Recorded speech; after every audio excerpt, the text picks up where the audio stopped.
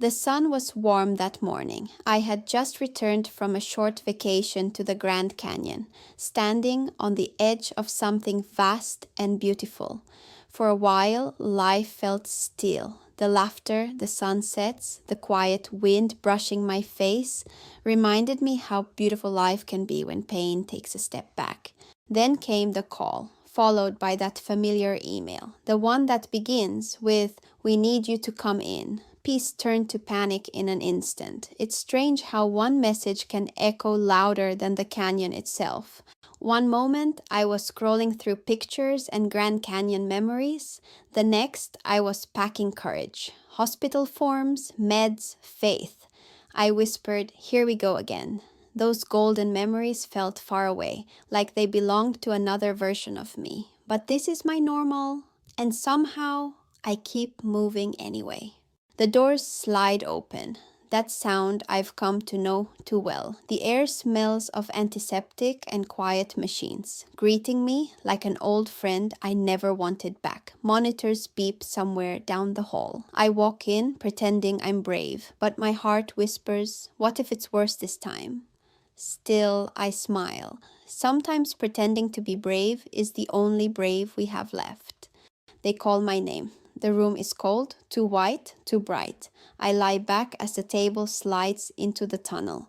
The pounding rhythm begins, every clang a reminder of fragility. I close my eyes. Lord, if I must go through this again, stay close. Inside that narrow space, faith becomes oxygen. And when it ends, I breathe. Not because it's easy, but because I made it through one more time. Pain doesn't always scream. Sometimes it just sits quietly beside you, a shadow that never leaves. But I've learned something. Strength isn't loud. Sometimes it's that small voice that says, "You can do this again today." Every scar, every sleepless night, they've taught me how to rise softly and keep going. In the waiting room, I meet eyes with strangers who somehow feel like family. Different stories, same battle. A quiet smile, a short laugh, and for a moment, the loneliness fades. Pain divides lives, but empathy stitches them back together. Outside, the world keeps moving. Emails, bills, work, everything waiting. You show up smiling at work so no one asks questions, because the world doesn't stop for pain. And somehow, neither do we. We learn to carry invisible battles with visible grace.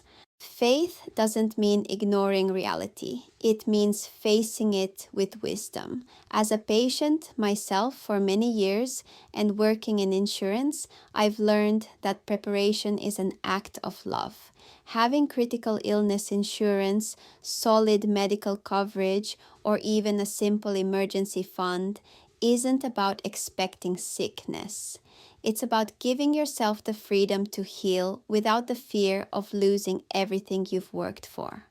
When life changes overnight, that safety net can hold your family steady while you focus on getting better. Because peace of mind is also part of healing. Living with chronic illness is more than surviving. It's believing while you bleed. When my faith shakes, I remember God's promise. My grace is sufficient for thee, for my strength is made perfect in weakness. Even in weakness, he is strong. Even in darkness, his light still finds me. To my fellow warriors, you are braver than you realize. To the families and friends walking beside someone in pain, your patience is a lifeline.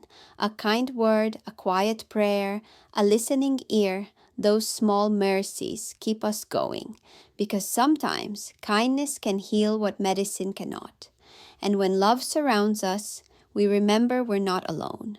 And in those quiet moments when the world finally slows, we learn what truly matters. If you're blessed with health, cherish it, but be wise too. Prepare not out of fear, but out of love. Protect your tomorrow so you can live your today in peace. Pain may visit often, but it doesn't own me.